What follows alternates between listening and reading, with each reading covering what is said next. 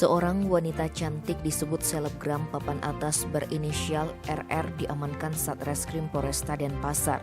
Pasalnya ia kerap mempertontonkan aurat tubuh atau hal tak senonoh saat live di aplikasi Mango.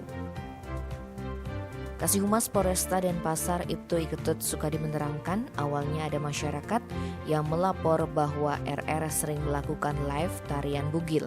Apalagi RR yang dikenal dengan sebutan bintang live di aplikasi Mango ini tidak malu-malu menunjukkan kelaminnya. Bahkan sering sambil masturbasi saat live yang ditonton ribuan warganet. Masyarakat merasa perbuatan yang bersangkutan tak senonoh dan mengarah ke tindakan asusila. Menindaklanjuti laporan tersebut, Satreskrim Polresta Denpasar melakukan penyelidikan. Hasilnya, selebgram tersebut berhasil diamankan di sebuah apartemen mewah di kawasan Taman Pancing Denpasar. Kala itu RR yang mengenakan baju kaos putih dan celana dalam saja diduga baru bangun tidur. Saat diinterogasi, RR mengakui sudah 9 bulan bekerja live di aplikasi Mango. Ternyata keuntungan yang diperoleh RR dari pekerjaan live tersebut sangat besar.